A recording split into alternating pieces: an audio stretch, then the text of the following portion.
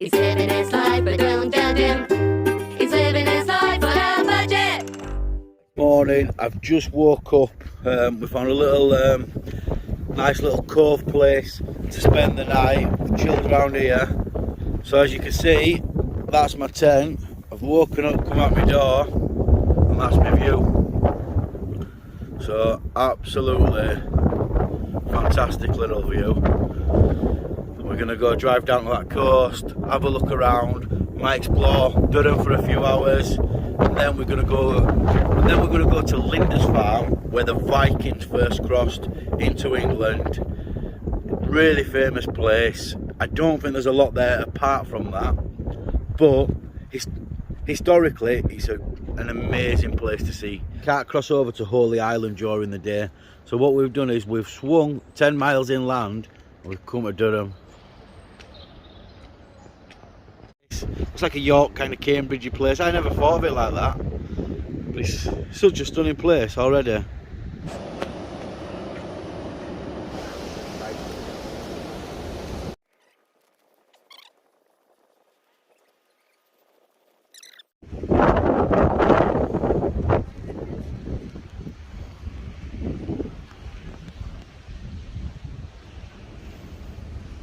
Look at that. So, once you get in, I mean, I'll first off by saying I'm not a religious person, but the architectural work on this place is absolutely, it's just breathtaking. And to think how old it is, the buildings they were making back in the day are just absolutely incredible. I mean, I walked round just really to look at people's craftsmanship. You know, back in the day when they didn't have no power tools, how can you make that without power tools? Look at that. Them stained glass windows, all made by hand. I mean, I'm not a big fan of the story. You know, if you are, fair play. But the actual work that's gone into building something like this, just can't believe it.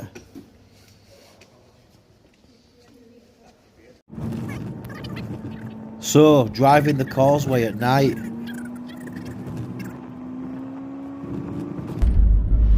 Well, maybe look, there's a bit of sea running over it. Oh. Okay, now I'm a bit worried.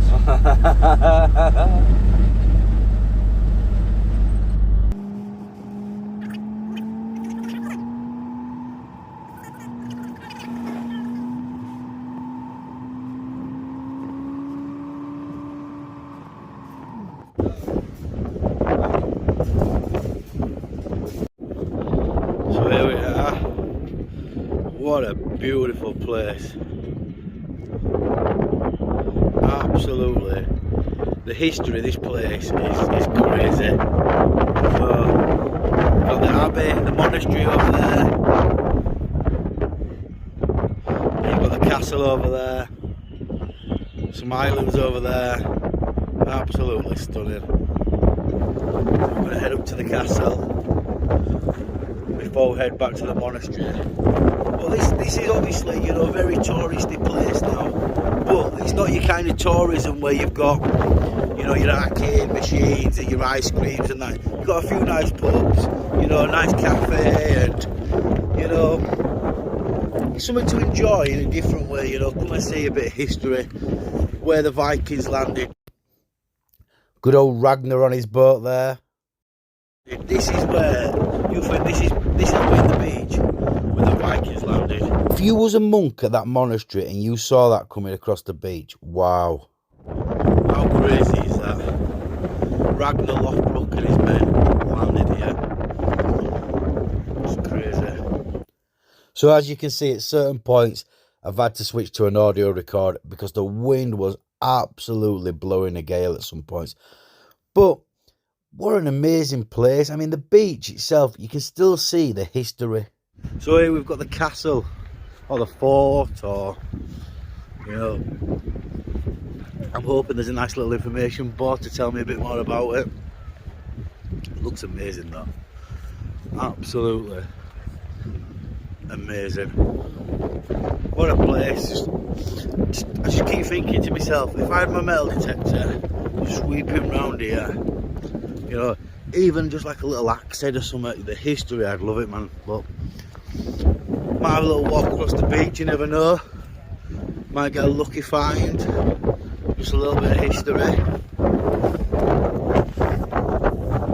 I'm going to take a couple of pebbles off the beach where the Vikings first landed. Put my little terrarium at home. Just a little bit of history in my terrarium, which will be cool.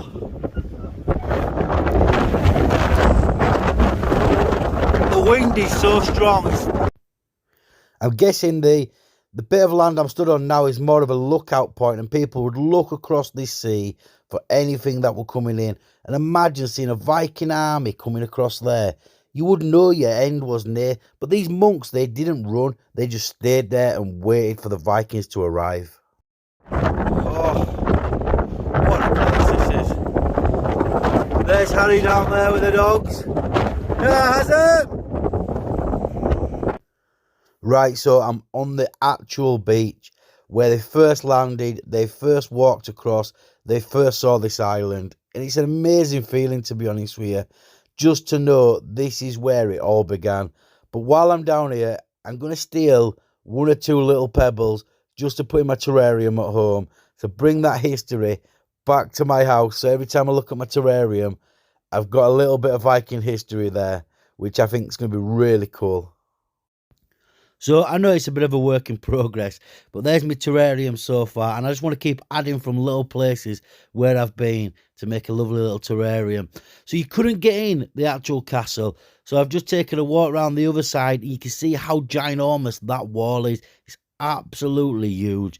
I mean, back in the day, they didn't have guns and things, so to break through, you know, things like that, you know, you must have felt secure.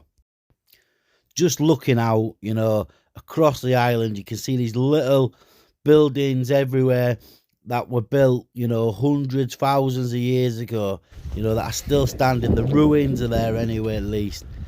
And again, just walking down this little pier, what a cool island.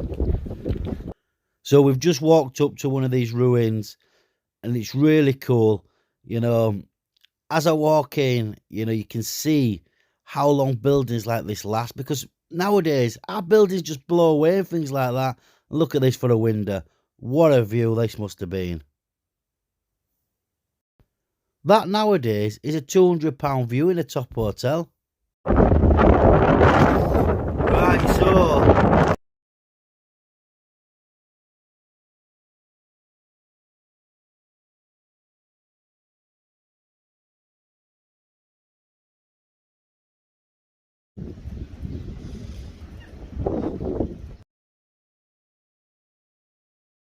monastery, 1793 AD.